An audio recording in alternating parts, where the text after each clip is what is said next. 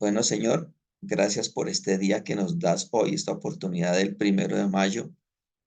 Te rogamos que en mí pongas las palabras y en los que van a escuchar este mensaje coloques la revelación y nos concedas a unos y a otros el discernimiento de lo que nos quieres tú comunicar el día de hoy, siendo yo el primero en ser usado y ministrado en el mensaje que quieres poner en nuestra mente y en nuestro corazón, para que cada día más tengamos una profunda y verdadera comunión contigo. Acércanos a ti cada día, Señor, en la profunda intimidad de nuestro corazón. Concédenos a nosotros, los que deseamos estar a tu lado, verdadera revelación y discernimiento de qué se trata el gran poder que tienes oculto en tu palabra. Por eso hoy te pedimos tu intercesión, Espíritu Santo, para que seas tú quien nos dé más y más de ti. Y te pedimos y te requerimos, Padre Celestial, para que por tu divina providencia y en el nombre de tu Hijo, aquel a quien llamamos nuestro Señor y Redentor Jesucristo, seas tú en este momento y en este planteamiento que queremos dejar hoy en los oídos de las personas. Para ti todo honor y toda gloria, en el nombre de Jesús. Amén. Bueno, el título de esta charla o de este planteamiento es muy sencillo y sus fundamentos bíblicos también son muy cortos, pero muy profundos. Es la información, no necesariamente es convicción. Y para eso vamos a ver dos versículos bíblicos de la vida de Pablo. Pablo era un erudito, entonces en su tiempo, casi el 80% del nuevo pacto, lo que nosotros conocemos como Nuevo Testamento, que la Biblia es una sola, pero han tratado de abrirla en dos, pero es un solo libro. Y en el Nuevo Testamento o Nuevo Pacto, que es cuando se renueva el pacto a través de la venida de Jesús, entonces casi toda esa biografía viene de Pablo, del apóstol Pablo. Y ahí es donde nos vamos a retomar o apalancar para tratar de explicar por qué la información no necesariamente es una convicción. Siempre hemos hablado de que hay mucha gente que dice creer en Jesús, pero no cree en Jesús. Y es la diferencia es toda. Entonces, hay versículos de la Biblia que el Señor dice que no todo el que dice Señor, Señor entrará al reino de los cielos, o que en tu nombre echamos fuera demonios, curamos enfermos, y el Señor les dice, apártense de mí, generación de víboras. Es porque la gente tenía el conocimiento de Dios, pero no conocía a Dios. Y yo el primero en la fila. Yo tal vez no es que tuviera mucho conocimiento de temas acerca de espiritualidad o de teologías bíblicas o doctorados, ni mucho menos, pero a través de las múltiples lecturas de la palabra aprendí a conocer de Dios, conocida de Dios, mucho conocida de Dios, pero en mi vida personal no conocía a Dios y la diferencia es toda. ¿Por qué? Porque aquí es un conocimiento científico, es un conocimiento lo que llamamos intelectual. Y aquí es un conocimiento de fe. Entonces nosotros podemos conocer de Dios, pero no conocer a Dios. Y yo el primero en la fila. ¿Y por qué tardé tantos años en bajar de Dios a Dios? Por la dureza de mi corazón. No se requieren muchos años para tener comunión efectiva y sincera con el Señor. Se requiere únicamente de un corazón dispuesto para buscar al Señor, para enamorarnos del Señor. Yo no lo tuve y el Señor escogió conmigo el método largo, lo que llamamos el método de la escuela de vida, a través de enseñanza, de error, de disciplina, de aprendizaje. Y fue el método que yo escogí. Y en su perfecto amor el Señor me tuvo paciencia y me llevó por ese camino largo, doloroso y muchas veces eh, de de mucha aflicción. Entonces, depende. dejó la constancia de la dureza del corazón de nosotros y por eso yo soy el primero en certificarlo. ¿Por qué? Porque en la dureza de mi corazón me dediqué a tener conocimiento de Dios y la aflicción y la vida me llevaron a buscar un conocimiento a Dios, que es muy diferente.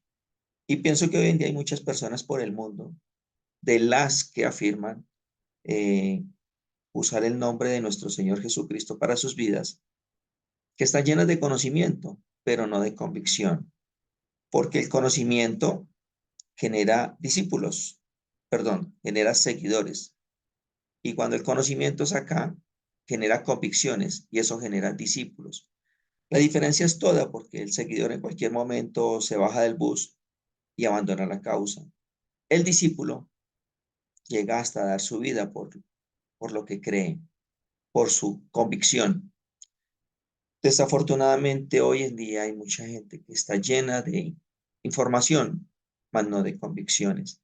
Por eso quiero dejarles el planteamiento a través del apóstol Pablo de que tengamos un corazón dispuesto, no nos dejemos llenar de teorías de falsos maestros que están llenos de conocimiento, pero no tienen la convicción. Están llenos de información y cada día nos dan más y más y más información, pero al no tener la convicción, pues eso no nos llega al corazón. Entonces miramos de qué se trata en un versículo de la Biblia.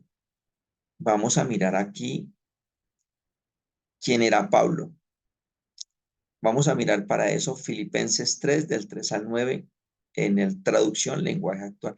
Aquí Pablo se está describiendo cómo era él antes de haber recibido a Jesús.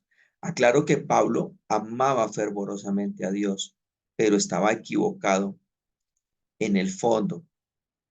¿Por qué? Porque no, él pensaba que lo que hacía era bien, pero en realidad estaba equivocado, pero sí tenía un amor sincero por el Señor.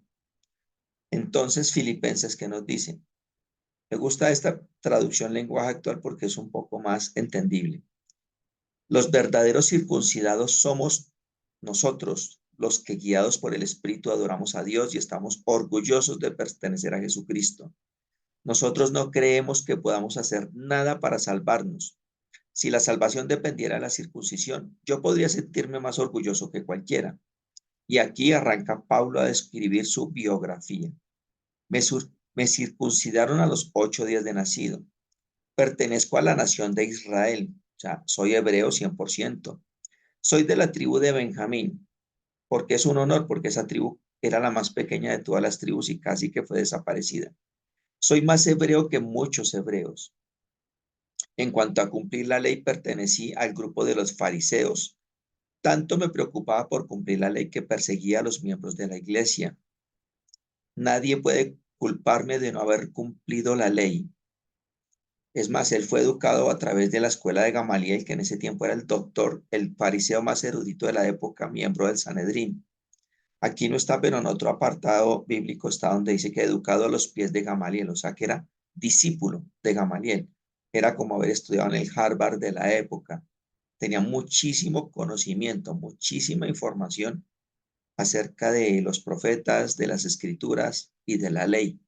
Entonces, además, Pablo era un ciudadano romano, lo que quiere decir que para esa época ser judío y ser romano era de una familia prestante.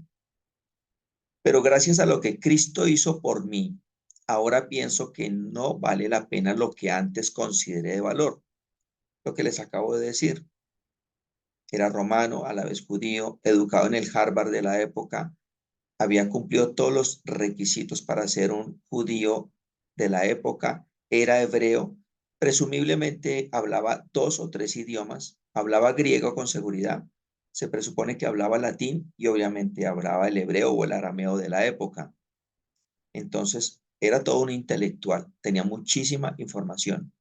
Y viene lo mejor, todo eso lo he dejado a un lado y lo considero basura. En el original hebreo no emplean la palabra basura, aquí lo ponen bonito y lo ponen romántico.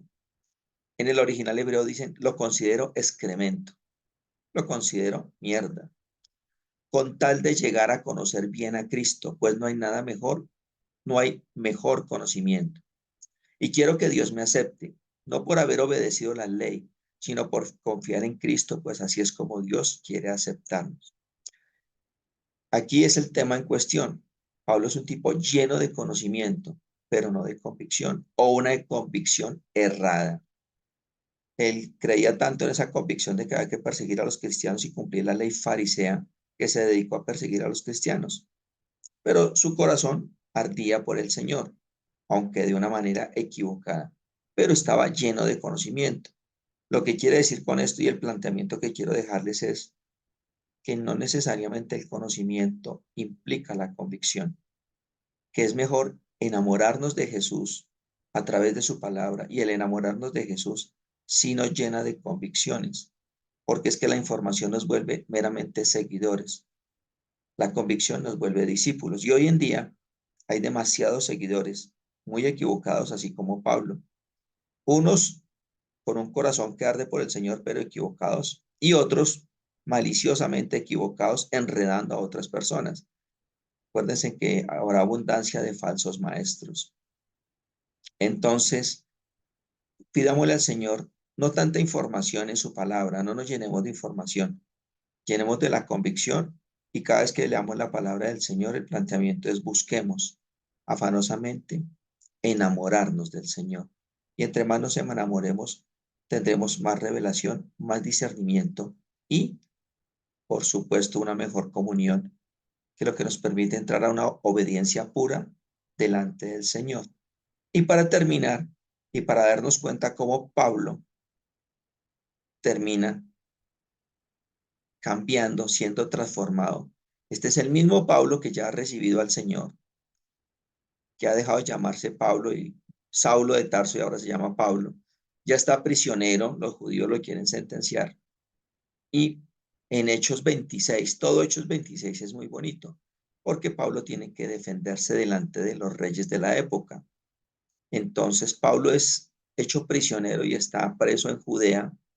El gobernador de Judea se llama Festo y acude a un rey que se llama el rey Agripa, que era otro gobernador de la provincia de Galilea. Era una región vecina, pero llama a Agripa porque Agripa era muy conocedor de los temas judíos. Entonces le dice a Agripa, venga, me interroga este señor judío porque no entiendo de qué lo acusan y ha pedido ir a Roma, pero no entiendo de qué trata esto porque es una cuestión entre judíos. Como el rey Agripa era muy conocedor, viaja de Galilea a Judea por invitación de Festo y empieza a escuchar a Pablo. Pablo hace una disertación de quién era él, de dónde viene, de qué es lo que ha hecho, de la religión, de todo esto en Hechos 26. Finalmente, en Hechos 26, versículo 24, dice, cuando Pablo terminó de defenderse, Festo le gritó, Pablo, ¿estás loco? De tanto estudiar te has vuelto loco. Miren que el estudio es información. Y ahí es cuando el Señor, en el amor que Pablo ha sido transformado hacia el Señor Jesucristo, utiliza toda esa información. ¿Pero para qué? Para llenarse de convicciones. ¿Pero quién hizo esa transformación? El enamorarse de Jesús.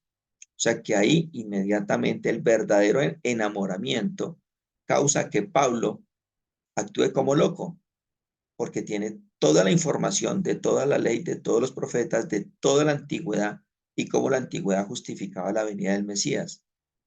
Entonces, el verdadero enamoramiento de Jesús hace que la información se vuelva revelación y se vuelva convicción.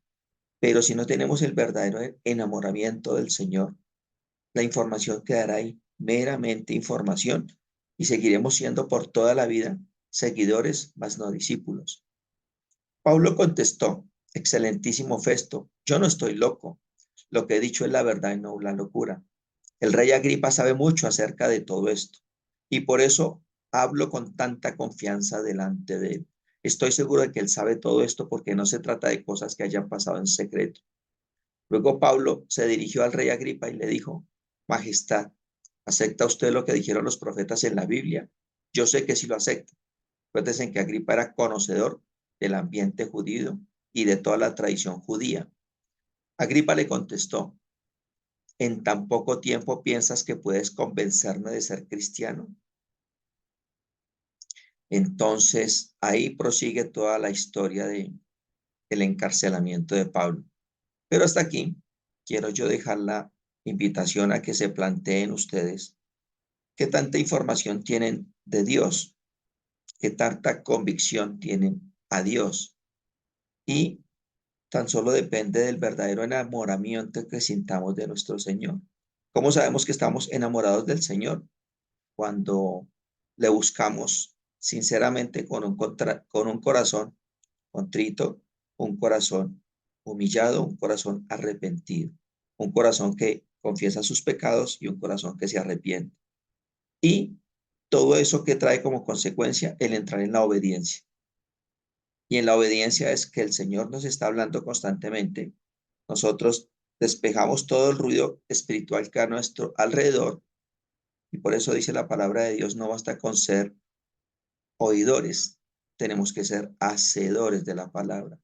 Entonces, ¿cómo se concatena todo el proceso? Y el Señor nos lleva finalmente, amorosamente, a entrar a un pacto con Él de obediencia. Ahí es cuando nosotros decimos, no lo que yo quiera, sino lo que tú quieras, Señor. Y ahí nos damos cuenta que estamos en la verdadera comunión con el Señor, entendiendo que Él donde nos tiene y donde nos pone tiene un propósito. Y en la comunión que tengamos con Él, en el verdadero amor, en la verdadera convicción, querremos agradarle y cumplir su propósito y su voluntad en nuestras vidas. Si no estamos en ese proceso, les invito a que reflexionemos qué tanto de convicción o qué mucho de información podemos tener y de qué depende pasar de lo uno a lo otro. Espero haber sido claro en este tema. Es muy corto, pero para que cada vez que leamos la palabra de Dios nos damos cuenta que es un libro de mucho poder, que la historia es importante entender el contexto geográfico, político y cultural en el que es narrada la palabra del Señor. Y eso nos ayuda a tener una mejor profundidad y comprensión en el mensaje que el Señor nos quiere develar a través de su palabra. Y eso sale como fruto del verdadero amor. Se dieron cuenta que esto es un pequeño estudio que nos tomó 15 minutos y eso es lo que el Señor demanda de nosotros, que día a día le busquemos con más profundidad, con más intimidad y que logramos entender que Él tiene una voluntad buena, agradable y perfecta para nuestras vidas. Pero muchísimos de los seres humanos se van de este mundo sin siquiera haberle preguntado al Señor, ¿y tú qué quieres? Constantemente le decimos al Señor lo que yo quiero y que tú como el genio de los deseos cumplas en mí. Esa es la diferencia completa. No lo que yo quiero, sino lo que tú quieras, Señor, para mi vida. Les dejo ese planteamiento, les doy gracias por su asistencia y terminamos dándole gracias al Señor por este momento, por esta nueva oportunidad que el Señor quiere buscar en nuestros corazones para que realmente tengamos corazones dispuestos, contritos, humillados y arrepentidos, que quieran postrarse delante de Él, buscando la verdad, buscando revelación a través de su palabra, no dependiendo de informaciones de falsos maestros, sino que seas tú, Señor, a través de tu precioso Espíritu Santo de Dios, quien nos da guía, revelación, dirección a nuestras vidas. Que no sea yo, Señor, el que quiere imponer acá teorías o que quiere imponer maneras de pensar. Simplemente invitar a cada uno de los que escuchan esta charla que se planteen dentro de sus corazones qué tan cercanos están a una profunda y verdadera intimidad en sus oraciones con el Señor, qué tan dispuestos están a conocerle y amarle a través de su palabra y qué tan dispuestos están a obedecerle a la dirección que Él tiene para cada una de nuestras vidas. Gracias por tu intercesión, Espíritu Santo, porque sin tu presencia no lo hubiéramos logrado. Gracias, Señor Jesucristo, porque tú no nos das una ni dos, nos das múltiples oportunidades para que nuestro corazón endurecido abra y de apertura a que tú entres a nuestras vidas y seas el rey de nosotros, el rey de nuestras familias, el rey de nuestros hogares. Concédenos otra oportunidad más, Señor, para seguirte abriendo nuestra mente, nuestro corazón y todo nuestro ser, para entrar en una perfecta comunión, en una preciosa obediencia contigo. Por eso hoy te alabamos, Señor, te adoramos y esperamos que tu palabra sea revelación para nuestros corazones. Amén.